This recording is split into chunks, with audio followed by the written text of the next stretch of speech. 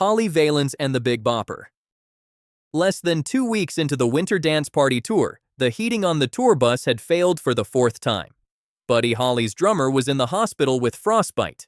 Ritchie Valens and J.P. Richardson, who went by the Big Bopper on stage, both had the flu. The bus was scheduled to leave Clear Lake, Iowa, for Moorhead, Minnesota, an overnight ride through brutal winter weather. Holly had had enough.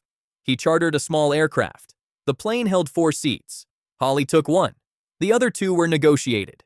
Waylon Jennings gave up his seat to Richardson because Richardson was too sick for another bus ride. Valens won a coin flip with guitarist Tommy Allsup and got the last seat. Both men who lost their seats that night would tell that story for the rest of their lives. The pilot was Roger Peterson, 21 years old, a commercial pilot with 711 hours in his logbook. He had failed his instrument flight check ride the previous year. He had received weather information, but the briefing was later criticized as seriously inadequate because it failed to highlight dangerous conditions along the route, including snow, low ceilings, reduced visibility, and icing conditions near the route. The Beechcraft Bonanza took off at 12:55 a.m. into a night with no visible horizon and worsening visibility. Peterson climbed to about 800 feet, made a left turn, and began flying northwest. The owner of the flying service watched from the airport. He saw the aircraft's tail light descend and disappear. Investigators later determined that Peterson, flying blind in the darkness, on an unfamiliar attitude indicator, had likely believed he was climbing when he was actually descending in a steep right bank. The aircraft struck a cornfield 6 miles from the airport at approximately 170 miles per hour. Nobody survived. Holly was 22. Richardson was 28. Valens was 17. 12 years later, a folk singer named Don McLean would give the crash its permanent name. Patsy Cline. The airfield manager at Dyersburg Regional Airport in Tennessee had already told them not to go. Fog was rolling in. The winds were high. Visibility along the route to Nashville was below the legal minimum for the kind of flying pilot Randy Hughes was licensed to do. He offered them a hotel for the night and told them to try again in the morning. Hughes shrugged him off. The line later remembered was simple. "I've already come this far." He reboarded the Piper Comanche with his 3 passengers and took off at 6:07 p.m. 22 minutes later, the aircraft was in a wooded, swampy area, 5 miles west of Camden, Tennessee. Randy Hughes was 34 years old. He was Patsy Cline's personal manager and Cowboy Copus's son-in-law. He had held a private pilot certificate for less than a year, 160 total flight hours in his logbook, not instrument rated, not qualified to fly in the weather he was flying into. Patsy Cline was 30 at the peak of her career and coming home from a benefit concert for the family of a disc jockey named Cactus Jack Call. Weeks earlier, she had told friends she felt a sense of impending doom she could not shake. She wrote out her will on Delta Airlines stationery. At the airport in Kansas City before boarding, a fellow performer named Dottie West offered to drive her home instead. Cline turned it down. "When it's my time to go," she said, "it's my time." Cowboy Copus and Hawkshaw Hawkins were on the flight because Hawkins had taken another performer's seat at the last minute. The Grand Ole Opry lost 3 of its stars in a single crash. Investigators concluded the same thing they would conclude in 100 small aircraft crashes over the following decades. A non-instrument-rated pilot had entered instrument weather anyway, became spatially disoriented in the clouds, and lost control of the aircraft in a graveyard spiral. The Comanche struck the ground at 175 miles per hour. Nobody survived. Rocky Marciano. The most fitting fact about Rocky Marciano's career is that he never lost a professional boxing match. 49 fights, 49 wins. He is still, to this day, the only heavyweight champion in history to retire undefeated. He died the night before his 46th birthday in a pasture in Iowa on his way to what was supposed to be a surprise party for him. The aircraft was a Cessna 172H Skyhawk, arranged through Frankie Farrell, the 28-year-old son of one of Marciano's longtime friends. Marciano was flying to Des Moines to speak at the opening of Farrell's new insurance business. The plan was simple: give the speech, spend the night, then fly back to Florida the next day to celebrate his 46th birthday with his family. The pilot was a 37-year-old private pilot named Glenn Bells. He had 231 hours of flight time in his logbook. Only 35 of them were night hours. He was not instrument rated. He was a friend of Farrell's, hired for the trip because he had access to the aircraft. The weather briefing before departure was straightforward, building thunderstorms and low ceilings across Iowa. The kind of weather where a certified instrument pilot with hundreds of hours in cloud might still choose to wait. Bells took off from Chicago Midway at 5:58 p.m. anyway. By the time the Cessna was over Iowa, the weather had closed in. Bells diverted from Des Moines to the smaller Newton Airport, hoping to get in under the weather. On approach, the aircraft entered low cloud. Bells tried to abort the landing and climb away, but he lost control. The Cessna struck an oak tree about 2 miles short of the Newton runway at approximately 8:05 p.m. local time, the night before his 46th birthday, in a pasture in Iowa. Because a pilot with 231 hours and no instrument rating kept flying into weather, he was never trained to survive. Roberto Clemente. On September 30th, 1972, Roberto Clemente stood in the batter's box at Three Rivers Stadium in Pittsburgh and hit a double-off New York Mets pitcher Jon Matlack. It was his 3,000th career hit. Only 10 other players in Major League Baseball history had reached that number. He was 38 years old. 3 months later, he was dead. On December 23, 1972, an earthquake devastated Managua, Nicaragua, killing roughly 5,000 people. Clemente had visited the city weeks earlier while managing the Puerto Rico national baseball team. He immediately organized emergency relief flights out of San Juan. When word reached him that supplies from the first 3 shipments had been diverted by corrupt officials in the Somoza regime and never reached victims, he decided to fly the next one himself. The aircraft he chartered was a Douglas DC-7CF operated by a small Puerto Rican cargo company. The plane had a documented history of mechanical problems. 29 days before the flight, it had veered off a taxiway into a drainage ditch, damaging its engines. The owner pushed to keep the aircraft in service instead of fully resolving the engine damage. The DC-7 required a 3-person flight crew, including a certified flight engineer. On this flight, there was no qualified flight engineer. The captain, Jerry Hill, had 12,000 flight hours and was properly qualified. The aircraft's owner, Arthur Rivera, sat in the co-pilot's seat without formal qualification on the type. Ground crews loaded the aircraft with relief supplies. Investigators later determined the DC-7 was over its maximum takeoff weight by 4,193 pounds.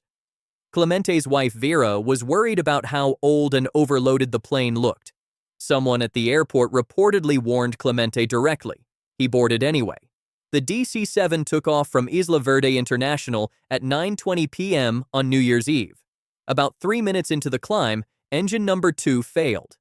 Engine number 3 was also unable to produce full power. Overweight, undercrewed, and now losing power, the aircraft descended into the Atlantic near Piñones, just off the Puerto Rican coast. All 5 people on board were lost. Clemente's body was never found. Lynyrd Skynyrd. The Aerosmith organization had already looked at the same aircraft. Their flight operations team inspected the Convair CV-240 earlier that year and turned it down. They watched the 2 pilots pass a bottle of Jack Daniels back and forth during the walk-around. They noted the age of the plane, the state of the maintenance, and the general condition of the crew. They booked something else. Months later, Lynyrd Skynyrd chartered the same aircraft anyway.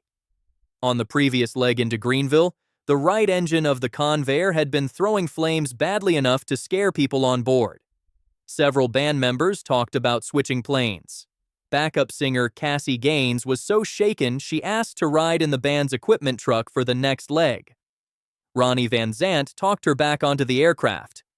"If your time is up," he told her, "your time is up." On October 20th, 1977, 3 days after the release of the band's 5th album, Street Survivors, the Convair took off from Greenville bound for Baton Rouge, where the band was scheduled to play Louisiana State University the following night. Near the end of the flight, over Mississippi, the fuel situation became critical. The pilots called Houston Center and asked for vectors to the nearest airfield. They were given Macomb-Pike County Airport, but by then the aircraft was too low and too far to make it. Both engines went silent before they could reach the runway. The Convair began gliding through the last of its altitude in the dark. Captain Walter McCreary and First Officer William Gray tried for an open field. The aircraft clipped the tree line at 6:52 p.m. and broke apart in a wooded area outside Gillsburg. 6 people did not survive: Ronnie Van Zant, Steve Gaines, Cassie Gaines, Assistant Road Manager Dean Kilpatrick, and both pilots. 20 others walked away, several of them with severe injuries. The NTSB found the cause was crew inattention to fuel supply, made worse by a faulty fuel gauge on the aging aircraft and an engine burning fuel faster than the crew realized. The pilots should have checked the tanks manually before departure. They did not. Thurman Munson. 16 days before the crash, Thurman Munson received his type rating for the Cessna citation. His flight instructor later said Munson had shown well above average skill and judgment during training. He was 32 years old. He was the captain of the New York Yankees, and he was, for practical purposes, a beginner in the aircraft he was flying. He had bought the citation weeks earlier. His wife would later say she believed he had been high-pressured into the purchase by aviation salespeople. He had wanted a jet fast enough to get him from Yankee Stadium to his family in Canton, Ohio, on off days. He named it. The registration on the tail was N15NY, his jersey number, and his team. On the afternoon of August 2, 1979, Munson flew from Akron-Canton Airport with 2 friends on board. David Hall was a flight instructor. Jerry Anderson was a private pilot. Both of them were with him to help him build confidence in the aircraft. Munson was practicing touch-and-go landings. Approach, touch the runway, take off, come around, do it again.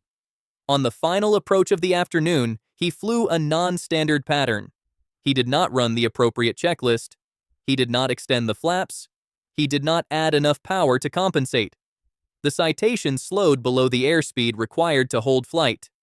The aircraft stalled roughly 870 feet short of runway 19, touched down in a clear area, then slid into a clump of trees and struck a large stump. Both passengers escaped. Munson was trapped in the burning wreckage. He did not survive.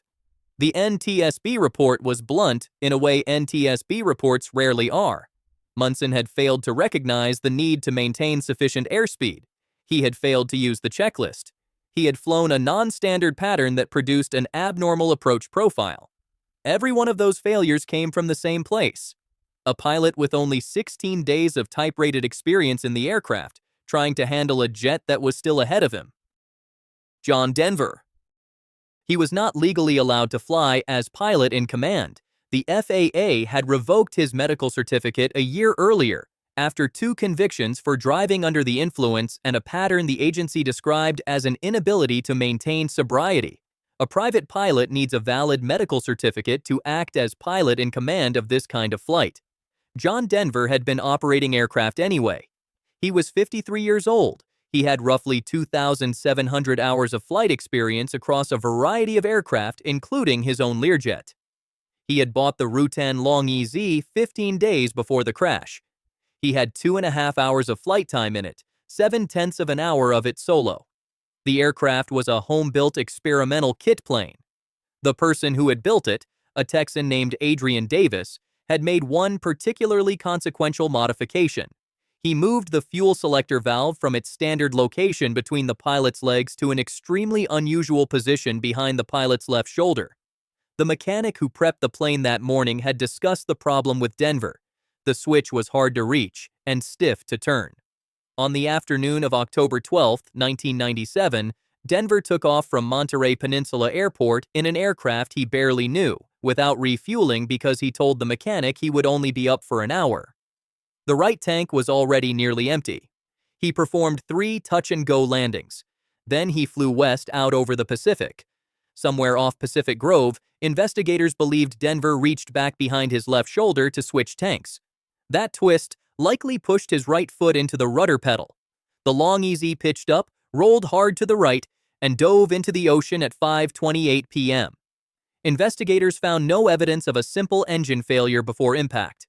Not mechanical failure. Not a bad landing. A pilot without a valid medical certificate in an aircraft he barely knew reaching for a fuel selector he could not comfortably reach after choosing not to top off the tanks. John F. Kennedy Jr. The plan was to reach Martha's Vineyard before darkness became the problem. It did not leave New Jersey until after the sky was already dark. Delays had piled up through the afternoon. His wife's sister Lauren had joined the trip at the last minute, needing a lift out to the vineyard for the weekend. The Piper Saratoga did not take off from Essex County Airport until 8:38 p.m. Sunset that evening had been at 8:14. He lifted off after sunset into a flight that would end over dark water. He was 38 years old. He had held a private pilot's license for 15 months, roughly 310 flight hours, most of them supervised by an instructor. He was in the middle of instrument rating training but had not completed it. He was not qualified to fly on gauges alone. His instructor had offered to come with him that night. Kennedy declined. And that morning, the walking cast on his left ankle from a hang gliding accident 6 weeks earlier had come off, replaced by a cane. The weather was legally clear. Visibility 5 to 8 miles in haze. Other pilots flying similar routes that same evening reported no visible horizon over the water. One canceled his flight because of it. Kennedy pushed on. Somewhere over the Atlantic Ocean, approaching Martha's Vineyard, the haze and darkness combined to eliminate every visual reference he had. Without an instrument rating, he did not have the qualification or proficiency to rely on gauges alone in those conditions. He became spatially disoriented, entered a graveyard spiral, and the Saratoga plunged toward the water at over 4,700 feet per minute. The aircraft hit the ocean at 9:41 p.m., 7.5 miles off the coast. His wife Carolyn and her sister Lauren were seated in the second row of seats behind him, both facing the rear of the aircraft. All three were lost on impact. The flight that was supposed to land in daylight came down in the dark, in haze, over the ocean, flown by a pilot who was not qualified for any of it. Aaliyah.